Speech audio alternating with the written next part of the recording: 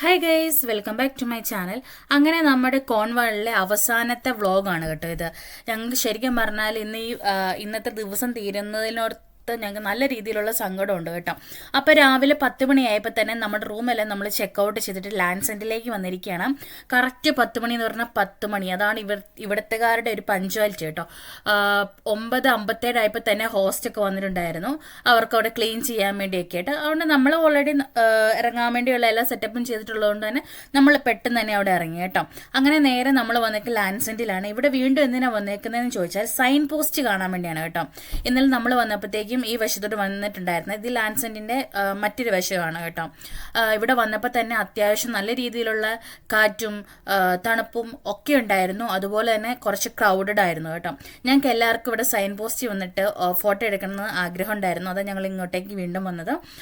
പിന്നെ അതുപോലെ തന്നെ ഞങ്ങളുടെ റൂമിൻ്റെ തൊട്ടടുത്ത് തന്നെയുള്ള സ്ഥലമായിരുന്നു ഇതും. ലാൻഡ് സെൻറ്ററിൻ്റെ തൊട്ടടുത്ത് തന്നെയാണ് സൈൻ പോസ്റ്റും ഉള്ളത് കേട്ടോ. ഞാൻ ഇന്നലെ പറഞ്ഞില്ലേ ഇവിടെ ഫേമസ് ആയിട്ടുള്ള ടവർ കാര്യങ്ങളൊക്കെ ഉണ്ട്, ലൈറ്റ് ഹൗസ് ഉണ്ടായിരുന്നു.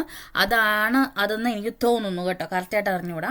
അപ്പം നമ്മൾ ലാൻഡ് സെൻറ്ററിൻ്റെ സൈൻ പോസ്റ്റ് എന്നത് കോൺവാളിലെ ഏറ്റവും ഫേമസ് ആയിട്ടുള്ള ഒരു ഫോട്ടോ എടുക്കുന്ന സ്ഥലമാണ്. ഇതാണ് ഇപ്പം നിങ്ങൾ നേരെ കാണുന്നതാണ് അതിൻ്റെ ടിക്കറ്റ് കൗണ്ടർ. അതിന് അത്യാവശ്യം നല്ല രീതിയിലുള്ള ക്യൂവും കാര്യങ്ങളും ഉണ്ടായിരുന്നു. ഇത് ഇംഗ്ലണ്ടിൻ്റെ തെക്ക് പടിഞ്ഞാറൻ അറ്റത്തുള്ള ലാൻഡ് സെൻറ്ററിൻ്റെ അവിടെ തന്നെയാണ് സ്ഥിതി ചെയ്യുന്നത്. സൈൻ പോസ്റ്റിൽ സാധാരണയായി ലാൻഡ് സെൻറ്റർ എന്ന് എഴുതിയിരിക്കും. അതുപോലെ തന്നെ പല സ്ഥലങ്ങളിലേക്കും പോകാനുള്ള ദൂരം അവിടെ അവർ മെൻഷൻ ചെയ്തിട്ടുണ്ട്. നമ്മുടെ വിസിറ്റേഴ്സിന് അവരുടെ പേരും അതുപോലെ തന്നെ തീയതിയും കസ്റ്റം ചെയ്ത് സൈൻ ബോർഡ് ഉണ്ടാക്കി ഫോട്ടോ എടുക്കാമെന്നാണ്. ഇതിന് അവർ ചെറിയൊരു എമൗണ്ട് അവിടെ ഫീസായിട്ട് എടുക്കുന്നതായിരിക്കും കേട്ടോ. അത്യാവശ്യം നല്ല രീതിയിൽ തിരക്കായതുകൊണ്ട് തന്നെ ഞങ്ങൾക്കത് എടുക്കാൻ പറ്റിയില്ല. അത് ഞങ്ങൾക്ക് ഭയങ്കരമായിട്ട് സങ്കടമായിപ്പോയി. അതുകൊണ്ട് ഞങ്ങൾ അവിടുന്ന് കുറച്ച് നേരം അവിടുത്തെ സ്ഥലമൊക്കെ കണ്ടതിന് ശേഷം പോകുന്നു കേട്ടോ. ഞാൻ മുമ്പ് സീയും ഒക്കെ കണ്ടിട്ടുണ്ടെന്ന് പറഞ്ഞപ്പോൾ ഇത്രയും ബ്യൂട്ടിഫുൾ ആയിട്ടുള്ള സ്കൈ ആണെങ്കിലും സീ ആണെങ്കിലും ഇതിനു മുമ്പ് ഞാൻ കണ്ടിട്ടില്ല കേട്ടോ. ഭയങ്കര ഇങ്ങനെ വിശാലമായിട്ട് അങ്ങ് കിടക്കുന്നതായിരുന്നു ഒരു സീ ആണ്. അതുപോലെ തന്നെ ഇതാണ് എൻ്റെ ഇന്നത്തെ ഔട്ട്ഫിറ്റ് എന്ന് പറഞ്ഞാൽ ഇത് നമ്മൾ പ്രൈമാർക്കിൽ നടക്കുന്നതാണ്. അത്യാവശ്യം നല്ല രീതിയിൽ നമുക്ക് കംഫർട്ടബിൾ ആണ്. അതുപോലെ തന്നെ എനിക്ക് കുറച്ച് ലൂസായിട്ടായിരുന്നു കേട്ടോ ഞാൻ എടുത്തത്. അത് എന്തിനാണ് അങ്ങനെ എടുത്തതെന്ന് വെച്ചാൽ എനിക്ക് അറിഞ്ഞൂടാ. ശരിക്കും ഞാൻ ലൂസായിട്ട് തന്നെ എടുത്തു. പിന്നെ നമ്മൾ ചെന്നപ്പോൾ നല്ല ക്ലൈമറ്റ് ആയതുകൊണ്ട് തന്നെ നല്ല രീതിയിൽ തണുക്കുന്നുണ്ടായിരുന്നു. ഇത് നമ്മൾ മറ്റേ സൈൻ പോസ്റ്റിലേക്ക് പോകുന്ന വഴിക്കുള്ള ഷോപ്പും കാര്യങ്ങളായിരുന്നു. ഇതൊക്കെ കുറച്ച് വെറൈറ്റി ആയിട്ട് എനിക്ക് തോന്നിയതുകൊണ്ട് ഞാൻ അതെല്ലാം ജസ്റ്റ് ഒന്ന് മാക്സിമം ഇതൊക്കെ എടുത്തിട്ടുണ്ട്. പിന്നെ ഇതിൽ നമുക്ക് ഫുഡ് കഴിക്കാനുള്ള കഫേകളും കാര്യങ്ങളൊക്കെ ഉണ്ടായിരുന്നു. ഞങ്ങൾ എന്തായാലും അവിടെ നിന്ന് ഫുഡും കാര്യങ്ങളൊന്നും കഴിച്ചിട്ടുണ്ടായിരുന്നില്ല. ജസ്റ്റ് അതെല്ലാം കയറി ഒന്ന് കാണുക എന്നുള്ള രീതിയിലാണ് ഞങ്ങൾ അതിലേക്കൂടെ പോയേക്കുന്നത്. ഇവിടുന്ന് നേരെ ഇനി നമ്മൾ പോകുന്നത് മിനാക് തിയേറ്റർ കാണാൻ വേണ്ടിയാണ് കേട്ടോ. ഭയങ്കര ഫേമസ് ആയിട്ടുള്ള ഒരു സ്ഥലമാണ് മിനാക് തിയേറ്റർ. ഇതും ലാൻഡ് സെൻറ്ററിൻ്റെ തൊട്ടടുത്ത് തന്നെ ഉള്ള ഒരു സ്ഥലമാണ് കേട്ടോ. നിങ്ങൾ ലാൻഡ് സെൻറ്ററിലൊക്കെ പോകുന്നത് ഡെഫിനറ്റ് ആയിട്ടും ഇത് പോയി കാണണം. ഇവിടെയും ചെറിയ രീതിയിൽ ഒരു ഫീയും കാര്യങ്ങളും വരുന്നുണ്ട്. ഇത് നമുക്ക് ഓൺലൈനായിട്ട് ബുക്ക് ചെയ്യാം, അല്ലെങ്കിൽ അവിടെ ചെന്നിട്ടാണെങ്കിലും ടിക്കറ്റ് എടുക്കാം. ഞങ്ങൾ അവിടെ ചെന്നിട്ടാണ് ടിക്കറ്റ് എടുത്തത് കേട്ടോ. ഇതാണ് നമ്മുടെ സ്ഥലം. ഇവിടെയും എന്ത് ബ്യൂട്ടിഫുൾ ആണെന്നറിയോ, ഭയങ്കര രസമാണ് കാണാൻ വേണ്ടി കേട്ടോ. ഈ മിനാക് തിയേറ്റർ എന്ന് പറയുന്നത് ലോകത്തിലെ ഏറ്റവും മനോഹരമായിട്ടുള്ള ഒരു ഓപ്പൺ എയർ തിയേറ്ററുകളിൽ ഒന്നാണ് കേട്ടോ. ഇതിൻ്റെ ഏറ്റവും താഴെയാണ് അതിൻ്റെ പെർഫോമൻസും കാര്യങ്ങളൊക്കെ നടക്കുന്നത്. കണ്ടോ, ഒരു ചെറിയ സ്റ്റേജ് പോലെ സൂക്ഷിച്ച് നോക്കി കാണാം. പക്ഷെ ഭയങ്കര ബ്യൂട്ടിഫുൾ ആണ് കേട്ടോ. ഇവിടുന്ന് ഫോട്ടോസൊക്കെ എടുത്താലും വീഡിയോസൊക്കെ എടുത്താലും അടിപൊളിയാണ്. എനിക്ക് നല്ല രീതിയിൽ ഇഷ്ടപ്പെട്ടു. ഞങ്ങളിത് ആദ്യം പോകണോ വേണ്ടതെന്നൊക്കെ ഇങ്ങനെ ഓർത്തിട്ടായിരുന്നു. പക്ഷെ അവിടെ പോയത് എന്തുകൊണ്ടും അടിപൊളിയായിരുന്നു കേട്ടോ.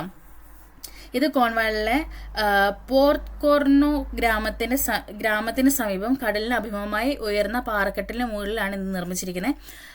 അതുപോലെ തന്നെ ഇവിടുത്തെ പ്രത്യേകതകൾ എന്താണെന്ന് ചോദിച്ചാൽ കടലിനെ പശ്ചാത്തലമാക്കിയിട്ടുള്ള നാടകങ്ങളും സംഗീത പരിപാടികളുമാണ് ഇവിടെ അവതരിപ്പിക്കുന്നത്. പിന്നെ അതുപോലെ തന്നെ മുഴുവൻ തിയേറ്ററും പാറ വെട്ടിയാണ് നിർമ്മിച്ചിരിക്കുന്നത് കേട്ടോ. അതൊക്കെ എന്ത് ബ്യൂട്ടിഫുൾ അല്ലേ. അതുപോലെ തന്നെ ഇത് അവർ നന്നായിട്ട് മെയിൻറ്റെയിൻ ചെയ്യുന്നുണ്ട്. നല്ല നീറ്റ് ആൻഡ് ക്ലീൻ ആണ്. അതുപോലെ നല്ല ഗാർഡനും കാര്യങ്ങളൊക്കെ ഉണ്ട് കേട്ടോ. നല്ല രസമാണ് ഇത് കാണാൻ വേണ്ടി. മനോഹരമായ പൂന്തോട്ടങ്ങളും കടൽ കാഴ്ചകളും ഇവിടെ ഏറ്റവും ആകർഷണങ്ങളിലൊന്നാണ്, അങ്ങനെ പറയാലോ. കോൺവാളിൻ്റെ ഏറ്റവും കൂടുതൽ ഫോട്ടോ എടുക്കപ്പെടുന്ന ഒരു സ്ഥലങ്ങളിൽ ഒന്നാണിത്.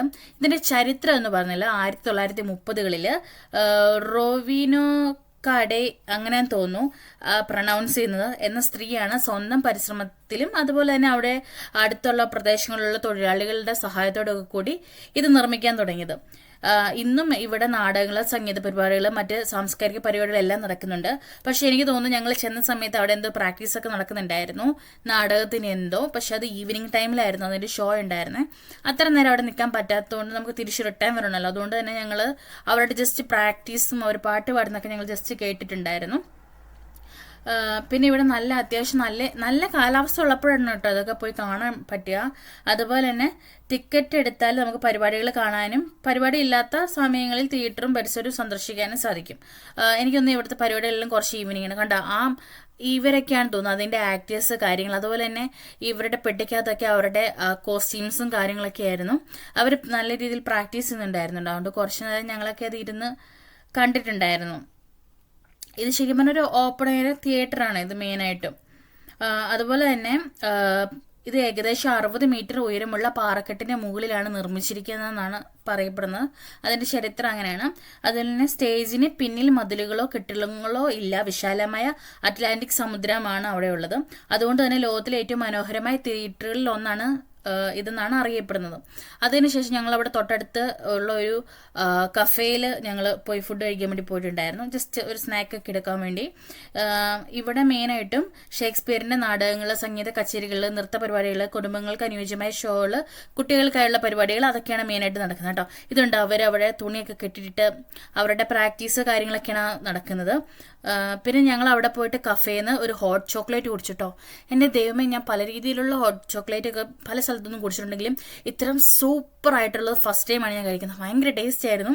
അതിൻ്റെ ക്രീമിന് വരെ ഭയങ്കര ടേസ്റ്റ് ആയിരുന്നു കേട്ടോ. ഞങ്ങൾക്ക് നല്ല രീതിയിൽ ഇഷ്ടപ്പെട്ടു. അതുപോലെ തന്നെ ഞങ്ങൾ അവിടെ നിന്നൊരു ക്യാരറ്റ് കേക്കും കഴിച്ചിട്ടുണ്ടായിരുന്നു. അതും നല്ലതായിരുന്നു. പക്ഷേ നമ്മുടെ നാട്ടിൽ നമ്മൾ കഴിക്കുന്ന ഒരു ക്യാരറ്റ് കേക്കല്ല, കുറച്ച് ഡിഫറെൻ്റ് ആയിരുന്നു. അത്യാവശ്യം നമ്മൾ കഴിച്ചിട്ടുണ്ടായിരുന്നു കേട്ടോ. ഫുള്ളായിട്ട് കംപ്ലീറ്റ് ചെയ്തില്ല, പക്ഷെ എന്നാലും കൊള്ളായിരുന്നു. ഒരു ഓക്കെ സാധനമായിരുന്നു. അത്യാവശ്യം മധുരം ഉണ്ടായിരുന്നു കേട്ടോ. നമ്മളെല്ലാം മധുരം കൂടെ ആയതുകൊണ്ട് അത് കുറച്ച് കുറവാണ് കഴിച്ചേക്കുന്നത്. ഇതാണ് നമ്മൾ മേടിച്ചത്. ഇതാണ് മറ്റേ കപ്പിൾസ് മേടിച്ചിട്ടുണ്ടായിരുന്നത്. അവർ ക്യാപ്പിച്ചിനോ പിന്നെ ചോക്ലേറ്റ് ഇത് കേക്ക് എന്തോ ആയിരുന്നു കേട്ടോ. അവരുടേത് അത്യാവശ്യം നല്ലതായിരുന്നു തന്നെയാണ് അവർ പറഞ്ഞത്. ഞങ്ങൾക്ക് എത്ര കണ്ടിട്ടും ഈ ഒരു ഈ ഒരു കാഴ്ച എന്തോരം ഞാൻ ഫോട്ടോ എടുത്തിട്ട് പോലും വീഡിയോ എടുത്തിട്ട് പോലും എനിക്കത് മതിയാവുന്നില്ല. പിന്നെയും എടുക്കാൻ തോന്നുന്നുണ്ടായിരുന്നു കേട്ടോ. നല്ല രീതിയിൽ ഇഷ്ടപ്പെട്ടു. പിന്നെ അവിടെ നിന്ന് ഇറങ്ങിയതിന് ശേഷം ഞങ്ങൾ നേരെ പോകുന്നത് നമ്മുടെ സെൻറ്റ് മൈക്കിൾസ് മൗണ്ട് കാണാൻ വേണ്ടിയാണ് കേട്ടോ. അത് ശരിക്കും പറഞ്ഞാൽ ഞങ്ങൾക്ക് കയറി കാണണം എന്ന് ആഗ്രഹം ഉണ്ടായിരുന്നു. പക്ഷെ അത്യാവശ്യം നല്ല രീതിയിലുള്ള ടിക്കറ്റ് റേറ്റും കാര്യങ്ങളൊക്കെ ഉള്ളതുകൊണ്ട് പിന്നെ ഞങ്ങൾ എടുക്കാൻ പറ്റില്ല. ഇതാണ് നമ്മുടെ സെൻറ്റ് മൈക്കിൾസ് മൗണ്ട്. ഇതെന്ന് പറഞ്ഞാൽ കടലിനുള്ളിലെ ഒരു ചെറിയ ദ്വീപാണ്. ദ്വീപിൻ്റെ മുകളിൽ ഒരു വലിയ കോട്ടയും പള്ളിയും സ്ഥിതി ചെയ്യുന്നു. ഈ ദ്വീപ് ഇംഗ്ലണ്ടിലെ കോൺവാളിലെ മറാസ്യോൺ എന്നാണ് തോന്നുന്നു എന്ന പട്ടണത്തിന് സമീപമാണ് ഇത് സ്ഥിതി ചെയ്യുന്നത്. അത്യാവശ്യം ഞങ്ങൾ ചെന്ന സമയത്ത് ഇതിൻ്റെ വെള്ളം ഇങ്ങനെ കയറി കിടക്കുന്നുള്ളതുകൊണ്ട് തന്നെ ഇതിലേക്ക് നടന്നു പോകാൻ പറ്റുന്നുണ്ടായിരുന്നില്ല. അങ്ങനെയുള്ളപ്പോൾ ബോട്ട് സർവീസ് എന്തോ കാര്യങ്ങളുണ്ടായിരുന്നു. ഇല്ലെങ്കിൽ നമുക്ക് ഇതിലൂടെ നടന്ന്, അതായത് വെള്ളത്തിന് നടുക്കൂടെ നടന്ന് ആ ദ്വീപ് കാണാൻ പോകാൻ പറ്റുന്നതാണ് കേട്ടോ. ഇവിടുത്തെ ഏറ്റവും വലിയ പ്രത്യേകത എന്ന് പറഞ്ഞാൽ ടൈഡാണ്. അതായത് വെള്ളത്തിൻ്റെ ഉയർച്ചയും താഴ്ചയും. നമുക്ക് വെള്ളം കയറി കിടക്കുവാണെങ്കിൽ നമുക്ക് അങ്ങോട്ടേക്ക് നടന്നു പോകാനുള്ള ഇതില്ല.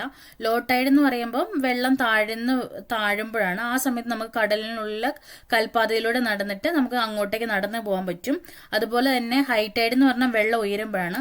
ആ സമയത്ത് ആ പാത ഫുള്ള് വെള്ളത്തിനടിയിലാവും. അപ്പോൾ ചെറിയ ബോട്ടിലേക്ക് ദ്വീപിലെത്താൻ പറ്റുള്ളൂ. അതിനുശേഷം നമ്മൾ ഇതിന് കൂടുതലായിട്ട് ഒത്തിരി ഹിസ്റ്ററിയും കാര്യങ്ങളും ഉണ്ടായിരുന്നു കേട്ടോ. അതായത് 1000 വർഷത്തിലേറെ പഴക്കമുള്ള ഒരു സ്ഥലമാണിത്.